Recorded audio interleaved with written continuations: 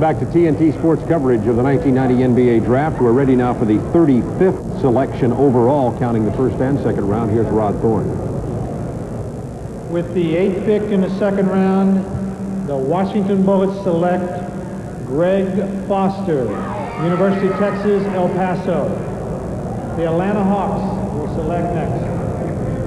So Greg Foster, who's a big one, nearly 7 feet tall, from University of Texas, El Paso. Pretty good opportunity for him at Washington with Wes Unseld, the coach there. Purvis Ellison went to Washington. We might remind everybody in the trade that happened previously with involving Sacramento and Utah. So your thoughts on this? Well, you know, Bob, first of all, they had no big players last year. John Williams went down with an injury, and they were playing with Charles Jones and Doug Roth, you know, Mel Turpin on the front line. So they've added Ellison, they've added Foster, realizing that you have to have some big people to compete. They moved Jeff Malone, so they feel like they can play Liddell Eccles there at that position now. So I think John Nash has done as good as he could possibly do in that situation to get some big people to try to bolster that front line. Well, he played over in Spain some, I mean, and he's got some experience, you know, internationally. And he was at one time one of the top 100 high school players in the country. So, you know, obviously picking this low down, you have a guy who has some ability and show that he can play some ball. And he's getting a great opportunity, I think, going to a team that needs some help. Yeah, let's do an update for you on the second round draft selections here at the Javits Center. Les Jepson out of Iowa.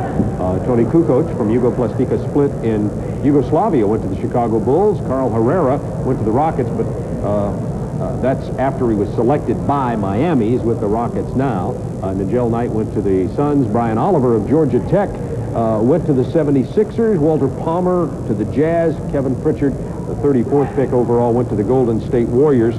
And Greg Foster went to the Bullets. And now we're up to number 36, and this will be the second opportunity tonight for the Atlanta Hawks to make a draft choice. Atlanta previously took Ramil Robinson, the guard. Well, you know, they still got a chance to get a shooter. They talked about adding shooters. You know, Ramil Robinson, I think, still more of a playmaker, strong penetrator. Who are the shooters out there, Rick? You're talking about an A.J. English? Maybe a Sean Higgins. Or if they want to go... Bimbo Coles. Bimbo Coles is still out there. So I would think maybe an A.J. English or even Marcus Liberty has not been picked yet. An athlete can run, play on the front line a little bit. And plus, you know, that team's talking about some trades that are being on. They heard supposedly that Dominique Wilkins maybe was shopped around a little bit. They're talking about maybe making a trade for Moses. You don't know what might evolve. Here's Rod Thorne with the pick. Atlanta selects Trevor Wilson, UCLA. The Washington Bullets select next. Trevor Wilson at UCLA is a 6'7½". You could say he could be a swingman, a small forward really. Runs the court well. He's an inside scorer, not that good a perimeter player. They say pretty good defensive potential. So Trevor Wilson out of UCLA goes to the Atlanta Hawks. We'll continue with second round coverage of the 1990 NBA Draft from the Javits Center in New York right after this. Gillette announces a razor that can sense the individual needs of your face. Introducing the extraordinary Gillette Sensor Shaving System. Sensor blades are mounted on responsive springs to continuously sense and adjust to your face for the best shave a man can get. Closer, smoother, safer. New Gillette Sensor.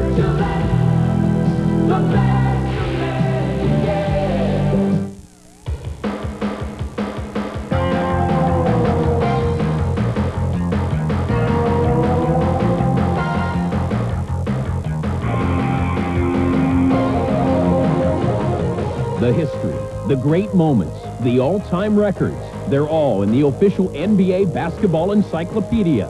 Now available from Villard Books at your local bookstore, or call 1-800-NBA-5700. That's 1-800-NBA-5700. Along with Rick Barry and Doug Collins, this is Bob Neal at our anchor position here at the Javits Center in New York. So the Atlanta Hawks take the UCLA player Trevor Wilson. What's your thinking there? A little bit of surprise to me, frankly. Well, I'm a little surprised from the standpoint of, you know, Atlanta talked about shooters, and they had Ramil Robinson, a very good basketball player, and Trevor Wilson, but neither one of those guys I would consider really great shooters. Right, I would agree.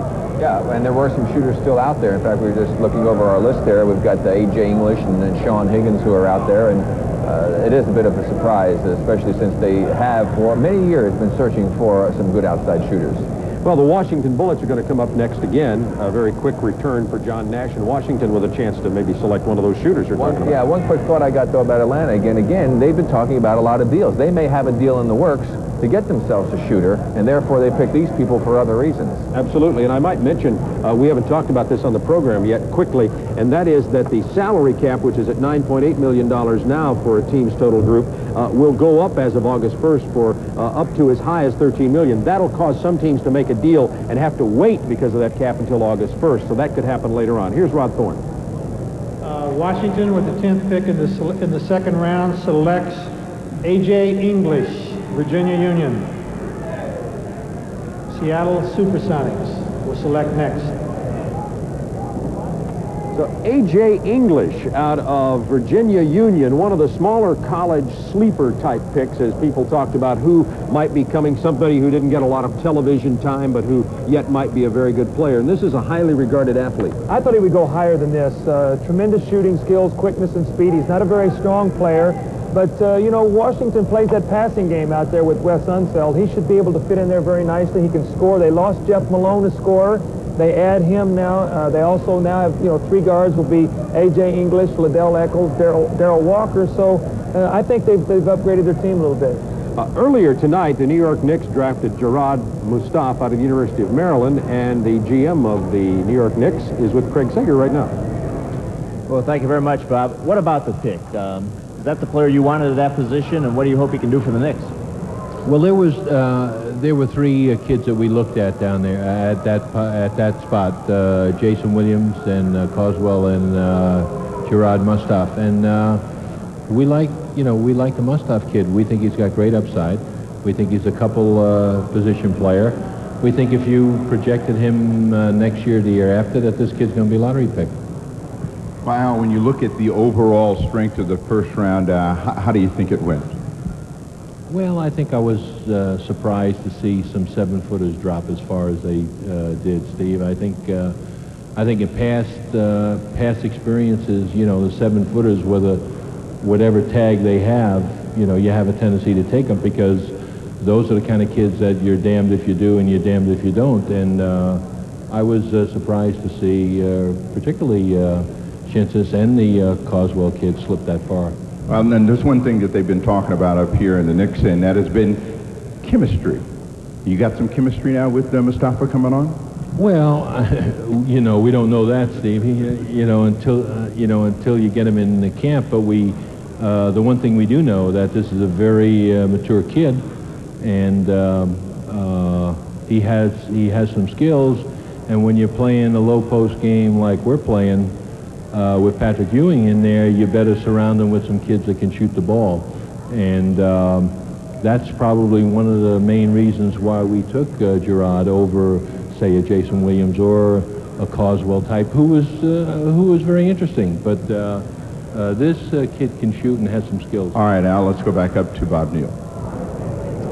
And quickly, let's go to Rod Thorne at the podium.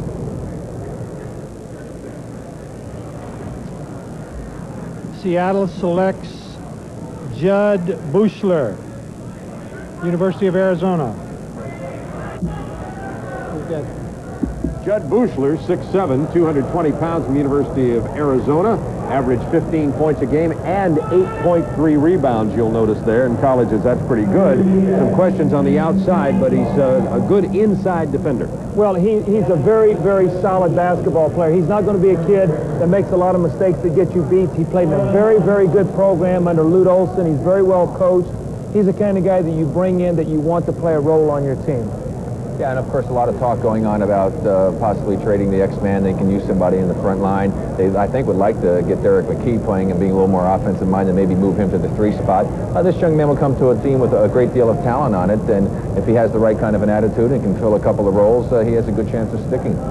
All right, since we've been now a little over 2 hours covering the 1990 NBA draft. If you joined us late, you're probably wondering who got drafted early. Let's go back and update what happened. The first player taken out of Syracuse, surprising nobody, Derek Coleman.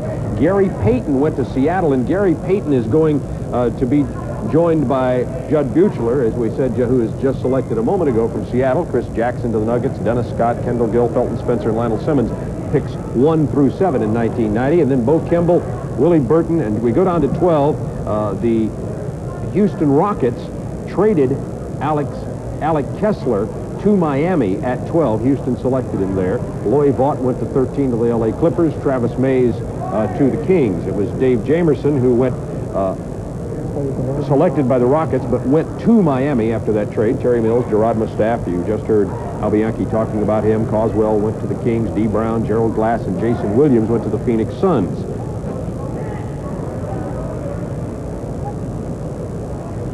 And that's up through the 21st pick in the draft. As we had a little graphic problem there, I'll pick up here and tell you some of the others. New Jersey took Tate George at 22. At 23, it was Anthony Bonner at Sacramento. San Antonio took Dwayne Shensis at 24. Portland, Ala Abdenabi from Duke. 26, Detroit took Lance Blank. Eldon Campbell went to the Los Angeles Lakers.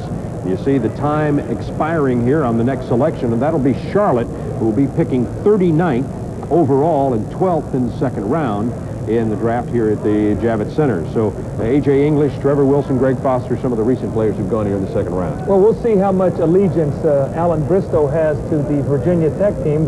Being from Virginia Tech, Bimbo Cole's sitting out there right now. We'll see if Alan goes back to the alma mater, or maybe a Marcus Liberty. He's dropped a little bit, surprising that he has not been picked before this. So coming up next, Charlotte, and this is a draft pick that Charlotte got in a trade with Houston, so it's one that they didn't originally have midway through the second round here at the Javits Center. So the Charlotte Hornets earlier, well, we're going to go to Rod Thorne right now. We'll talk about that when we come back. With the 39th pick in the 1990 NBA draft, the Charlotte Hornets select Steve Scheffler from Purdue. Sacramento will select 40th. So Steve Scheffler, 6'9", 250 pounds, from Purdue, goes to the Charlotte Hornets, and that's the decision that was made there by, so Bimbo Coles still hasn't gone, surprising a lot of people. Yeah, a lot of people projected him to be a first-round pick. Also, Marcus Liberty slipping and slipping. Almost it gets to the point now where if you're going to be drafted this low, Rick, maybe better off sometimes not to get drafted. You become a free agent and really can go to your own team and make your own deal if you're not drafted. So yeah, you take a look and see what team needs help in the position that you feel you're best at, and then you can go over there and go to their rookie camp or whatever, and maybe have a better opportunity. Right now, I mean, that's really an interesting pick, because in the listing of players as far as the strengths and everything are concerned, Scheffler is really quite far down. I mean, there's a number of players who are rated above him on the rating sheets. I mean, you talk about Anthony Davis and Derek Strong, two of them who are in the top 10 in that particular category, and he's all the way down at the 17th position. So obviously, Alan Bristow must have seen something along with Gene Little's that a lot of other people didn't see to pick him that high above those other players. He's a real strong player, as we know, but I think the one problem he will have is finishing around the basket, because he's not a great leaper, and he's going to be playing against strong people, and they're going to be able to neutralize his strength. And I have a feeling he's going to get a lot of shots blocked around the basket. And it's a good point you made about the free agent possibilities for players who are not drafted. This is the first year for only 2 rounds in the NBA draft. As we know, up in the 80% mark make it long-term in the first round, drops down to the 40s and 50s in the second round, and then when you get to the third round, the chances are difficult. And what it does do, I know from a player's point of view, gives a player an opportunity to select the free agent who didn't get drafted, to select a team to go try out where they need his particular skills. Well, general managers don't like the 2-round deal, because what happens is a lot of these guys who really do their homework get penalized for it. And secondly, what happens is guys who aren't drafted want guaranteed money. They want guaranteed money to come to your camp. That goes against your cap. So there's a lot of factors that go into that. And speaking of that, let's take just a moment to talk about that. August 1st, the salary cap is going to go up, depending on Players Association decisions, somewhere between $11.7 and $13 million. And that means that some trades for the next year, the 1991, will happen after August 1st. Rod Thorne's ready now with our next selection. With the 40th pick in the 1990 NBA draft, Sacramento selects Bimbo Coles, Virginia Tech. Atlanta. So, Bimbo Coles, the 6'2" guard from Virginia Tech, Not a very good team there this year, but a lot of people think he is an outstanding player, and he'll go to Sacramento. We'll be right back to New York.